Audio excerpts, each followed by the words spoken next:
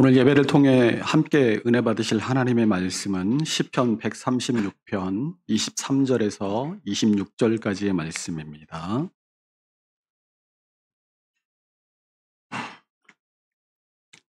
구약성경 101페이지 시편 136편 23절에서 26절입니다. 136편 전체를 읽어야 하지만 오늘 시간상 23절부터 26절까지만 함께 읽도록 하겠습니다. 교독하겠습니다. 우리를 비천한 가운데서도 기억해 주신 이에게 감사하라. 그 인자하심이 영원함이로다.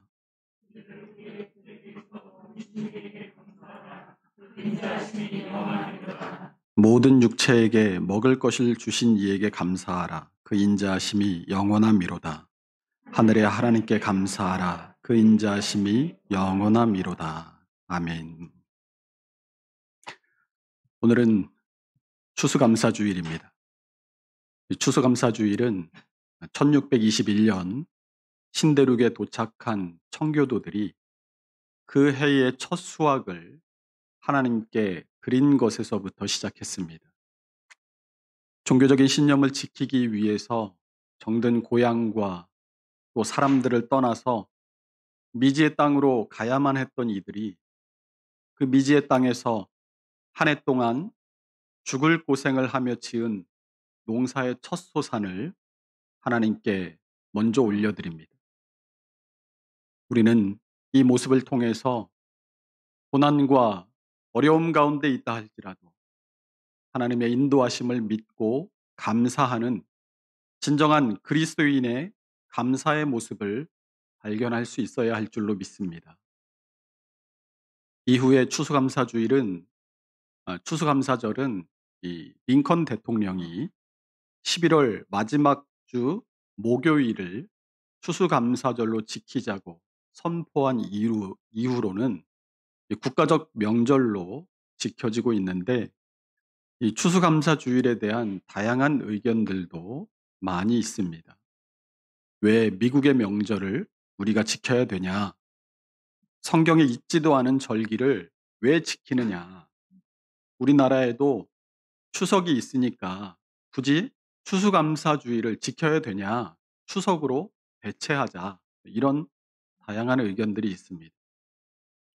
어떤 사람들은 성경에 없는 건 무조건 하면 안 된다라고 하는 사람들도 있고, 또 어떤 사람들은 성경에 없는 건 없으니까 해도 상관없다고 하는 사람들도 있습니다.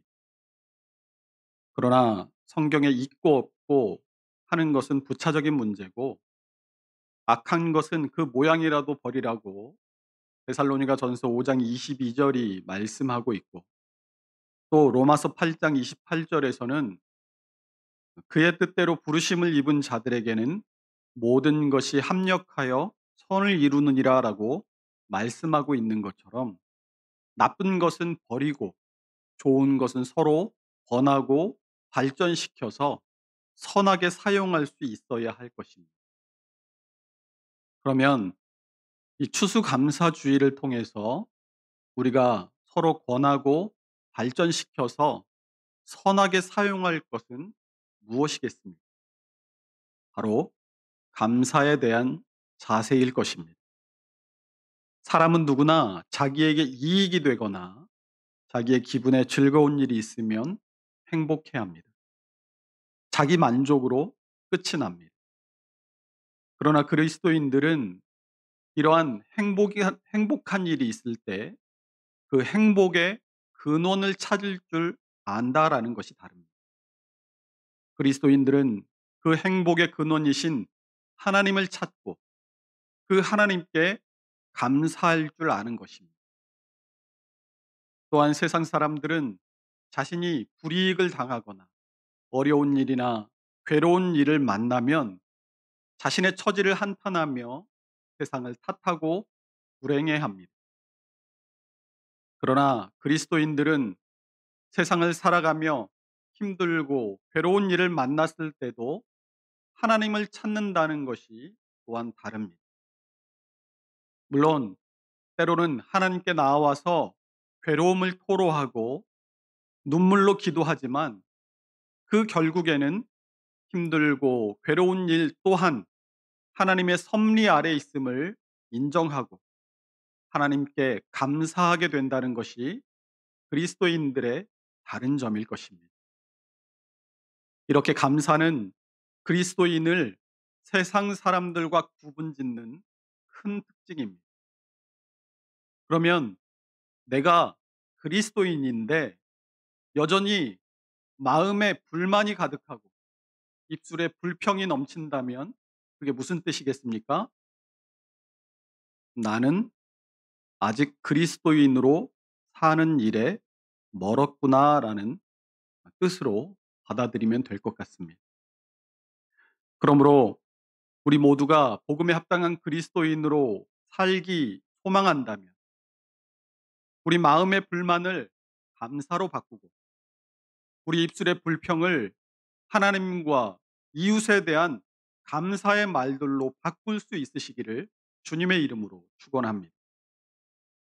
이렇게 이 그리스도인을 특징 짓는 감사가 무엇인가 하는 것을 더 잘 안다면 더 잘 감사할 수 있겠죠.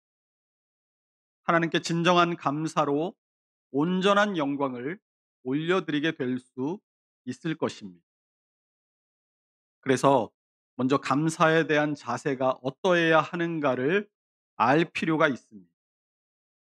먼저 감사할 이유는 자신의 백성을 향한 하나님의 뜻이기 때문입니다. 데살로니가전서 5장 16절에서 18절의 말씀 함께 읽어보겠습니다.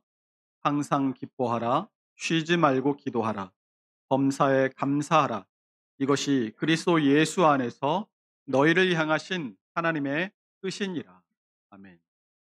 항상 감사하라라는 것은 좋은 일이 있을 때나 안 좋은 일이 있을 때나 우리의 감사는 변함이 없어야 함을 말씀하는 것입니다.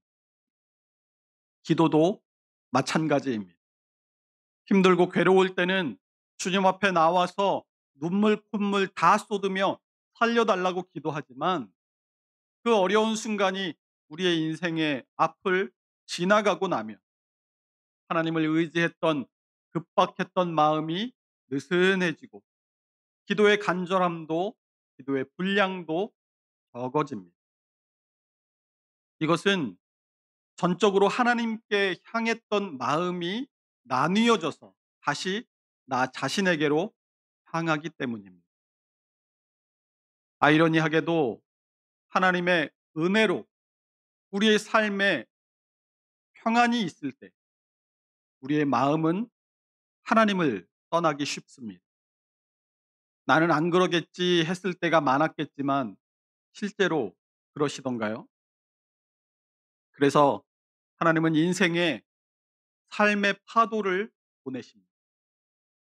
때로는 잔잔한 수면처럼 평안 가운데 있게 하실 때도 있지만 때로는 작은 파도로 우리의 생각을 환기시키시기도 하고 때로는 폭풍을 통해 하나님을 의지하고 하나님만을 바라보도록 하실 때도 있는 것입니다. 그러나 그럼에도 항상 기뻐하라라는 것은 평안을 주시는 분도 하나님이시고 또한 파도와 폭풍을 주시는 분도 하나님이시기에 하나님을 전적으로 인정하고 의지하라라는 것입니다. 이것을 깨닫게 하는 것이 마태복음 8장의 사건입니다. 우리 함께 마태복음 8장 23절에서 27절의 말씀을 함께 읽어보겠습니다. 배에 오르심에 제자들이 따랐더니 바다에 큰 놀이 일어나 배가 물결에 덮이게 되었으되 예수께서는 주무시는지라. 그 제자들이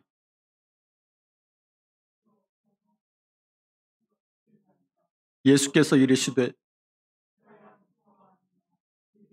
인자들아 하시고 곧 일어나 바람과 바다를 꾸짖으시니 아주 잔잔하게 되거늘 그 사람들이 놀랍게 여겨 이르되 이가 어떤 사람이기에 바람과 바다도 순종하는가 하더라. 아멘. 현실의 파도와 풍랑뿐 아니라 우리가 살아가면서 만나게 되는 인생의 파도와 풍랑도 다 주의 손에 달려 있음을 믿으시기 바랍니다. 그것을 우리가 믿고 그것을 인정할 때 우리는 항상 기뻐할 수 있게 되는 것입니다. 데살로니가전서 5장 18절에서는 범사에 감사하라라고 말씀하고 있는데, 이 범사에 감사하라라는 이 말씀도 기도와 연결이 되어 있습니다. 성경에서 기도의 요청은 언제나 감사와 그 맥이 닿아 있다라는 사실을 깨닫는 지혜가 있어야 할 것입니다. 다니엘서 6장 10절에서 다니엘이 하루에 3번씩 기도할 때도 그곳에 감사가 있었습니다. 우리 다니엘 6장 10절을 함께 읽어보겠습니다. 다니엘이 이 조서에 왕의 도장이 찍힌 것을 알고도 자기 집에 돌아가서는 윗방에 올라가 예루살렘으로 향한 창문을 열고 전에 하던 대로 하루 3번씩 무릎을 꿇고 기도하며 그의 하나님께 감사하였더라. 아멘. 빌립보서 4장 6절도 아무것도 염려하지 말고 다만 모든 일에 기도와 간구로 너희 구할 것을 감사함으로 하나님께 아뢰라라고 말씀하고 있고, 골로새서 4장 2절의 말씀에서도 기도를 계속하고 기도에 감사함으로 깨어 있으라라고 말씀합니다. 또한 디모데전서 2장 1절에서도 그러므로 내가 첫째로 권하노니 모든 사람을 위하여 간구와 기도와 보고와 감사를 하되라고, 기도와 감사가 하나임을 말씀해 줍니다. 이처럼 복음에 합당한 그리스도인이라면 어떤 어려움에 직면하더라도 하나님의 하나님 되심을 인정하고 모든 상황 속에서 하나님의 뜻을 발견함으로 하나님의 선하심과 인자하심을 감사할 줄 알아야 하는 것입니다. 우리가 읽은 시편 136편도 이것을 말씀하고 있습니다. 시편 136편 전체는 1절에서부터 마지막 절인 26절까지 빠짐없이 감사하라라는 말과 그는 선하시며 그 인자하심이 영원함이로다라는 말이 매 절마다 반복해서 등장합니다.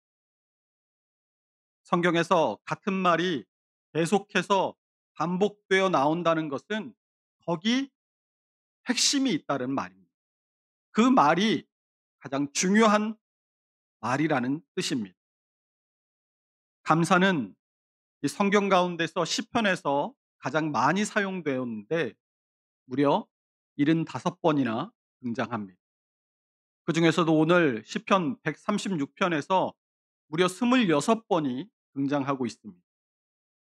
방금도 성경에서 이 기도와 감사가 연결되어 있다라고 말씀드리지 않았습니까? 구약에서는 이 감사가 서원 또는 감사제와 함께 등장한다는 특징이 있습니다. 시편 50편 14절입니다. 감사로 하나님께 제사를 드리며 지존하신 이에게 내 소원을 갚으며. 또 시편 56편 12절입니다. 하나님이여 내가 주께 서원함이 있사온즉 내가 감사제를 주께 드리니. 요나서 2장 9절도 보십시오. 나는 감사하는 목소리로 주께 제사를 드리며 나의 서원을 주께 갚겠나이다. 구원은 여호와께 속하였나이다 하니라. 아멘. 우리가 보통 서원을 할 때는 어려움과 힘든 역경 가운데서 서원을 하는 경우들이 많습니다.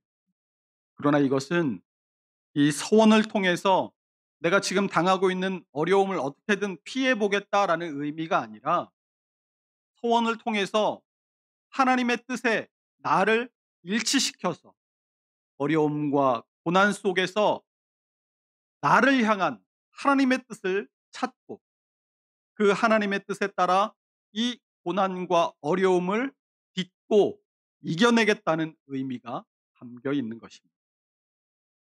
이 구약에는 5대 제사가 있습니다. 제물을 불로 태워서 드리는 번제, 곡식을 가루로 빻아서 드리는 호제, 하나님과 사람의 화목을 위해서 드리는 화목죄, 하나님 앞에 죄를 지었을 때 속죄하기 위하여 드리는 속죄제, 성물이나 다른 사람에게 범죄했을 때, 다른 사람에게 잘못을 저질렀을 때 드리는 속건제, 이렇게 5가지의 제사가 있습니다. 이 구약의 5가지 제사 가운데 유일하게 화목제만 그 제물을 드리는 자도 함께 먹는 제사입니다. 이것은 이 제사를 하나님께 드렸음에도 그 화목의 제물을 내가 같이 먹는다는 것은 이 화목제의 의미처럼 하나님과 내가 하나됨을 의미하는 것이고, 또 이제 하나님과 하나 되어서 주님의 말씀을 따라서 내가 살겠습니다라는 의미가 담겨져 있는 것입니다. 고난과 어려움을 비겁하게 피하지 않고 담대하게 맞서서 주님과 함께 그 고난의 긴 터널을 이겨나가겠다라는 자세를 서원으로 표현하는 것입니다. 다시 말해서 고난과 어려움을 통해서 자기 자신을 돌아봄으로써 회개에 이르고, 시편 119편 71절이 고난당한 것이 내게 유익이라 이로 말미암아 내가 주의 율례들을 배우게 되었나이다라고 말씀하고 있는 것처럼, 그 회개를 통해서 우리의 평생에 베푸시는 그분의 인자하심과 선하심을 발견하고자 하는 것입니다. 이처럼 고난과 어려움 속에 있다 할지라도 우리를 향한 하나님의 선하심과 그 인자하심을 확신한다면 우리는 감사하게 될 줄로 믿습니다. 그래서 이 시편 136편을 통해서 다윗은 우리가 어떤 상황 가운데 있다 할지라도 하나님의 선하심과 인자하심이 우리의 삶을 인도해 가고 있음을 우리에게 상기시켜 주고 있는 것입니다.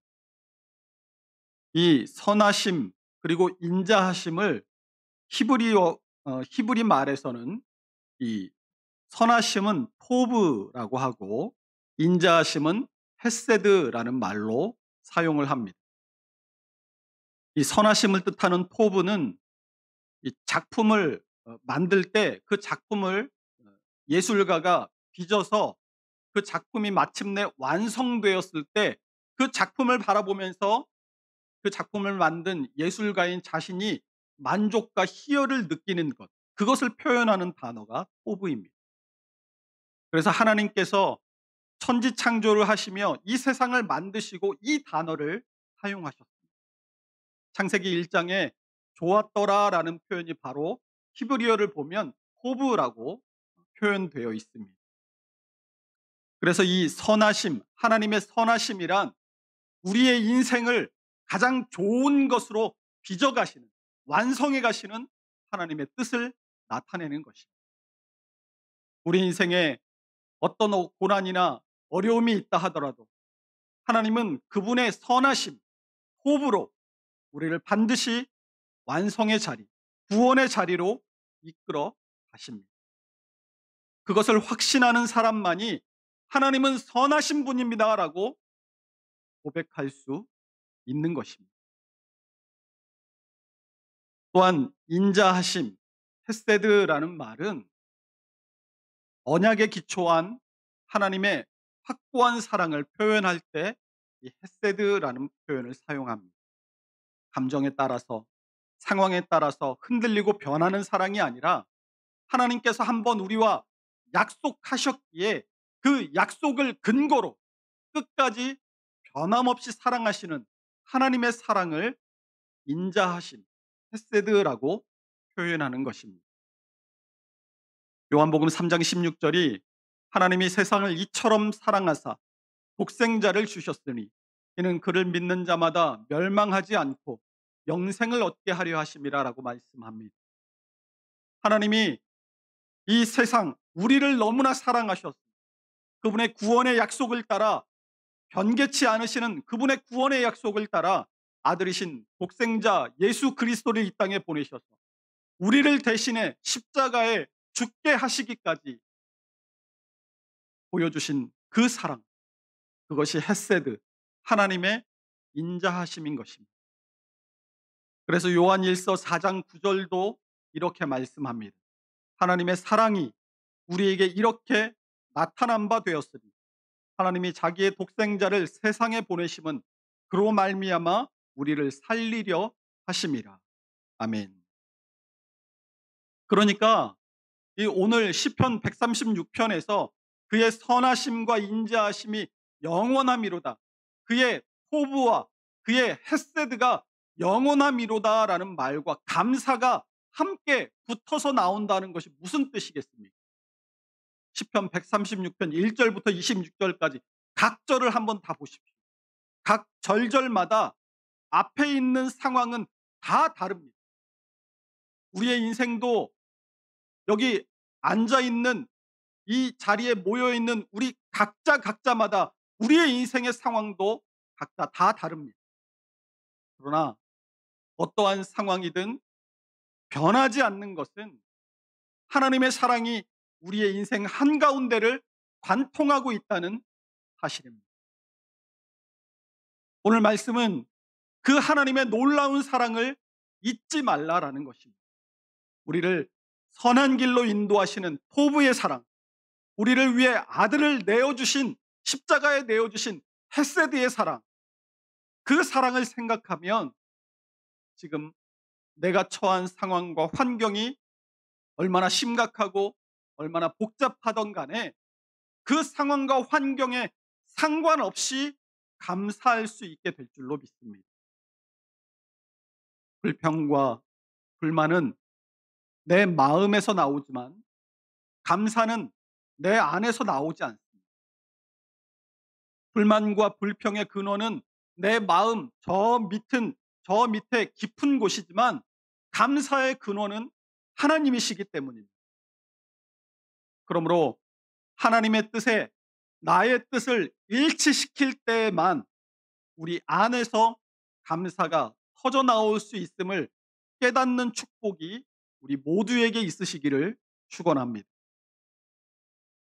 오늘 추수감사주의를 맞아 올 2020년 한 해 동안 우리를 선하게 인도하신 하나님을 바라보십시다. 우리가 올 한 해를 돌아볼 때 우리 교회만 하더라도 얼마나 많은 일들을 주님께서 선하게 인도하여 주셨습니다. 많은 어려움과 방해가 있었지만 그럼에도 교회를 설립하게 하셨습니다. 아름다운 예배 처소를 이렇게 마련하게 하셨을 뿐만 아니라 코로나 상황 가운데서도 설립 예배를 드릴 수 있게 인도해 주시고 또 우리보다 형편이 어려운 교회도 우리의 힘으로 도울 수 있도록 인도해 주셨습니다. 그리고 마침내 오늘 성찬의 자리에까지 오게 하셨습니다. 이렇게 선하시고 인자하신 하나님께서는 지금까지 그러하셨듯이 앞으로도 변함없이 주님의 몸된 우리 교회를 향한 사랑을 거두지 않으실 줄로 확신합니다. 비단 우리 교회뿐만 아니라 우리 각자 개인의 삶을 올 한 해를 돌아볼 때에도 이제까지 우리를 선하게 인도하시고 변함없이 우리를 사랑해 주신 그 하나님을 우리가 떠올려 본다면 감사할, 감사할 것밖에 없음을 우리 모두가 인정할 것입니다. 그리고 역시 그 하나님의 호브 헤세드의 사랑으로 이제까지 우리를 선하게 인도하시며 사랑해 주셨던 것처럼 지금도 선하게 인도하시고 또 사랑해 주고 계시며 앞으로도 우리 모두를 가장 좋은 길로 변함없이 인도해 가실 줄로 확신합니다. 이 하나님의 선하심과 인자하심을 날마다 감사하며 살아갈 수 있는 복음에 합당한 그리스도인인 우리 모두가 다 될 수 있으시기를 주님의 이름으로 축원합니다. 기도하겠습니다.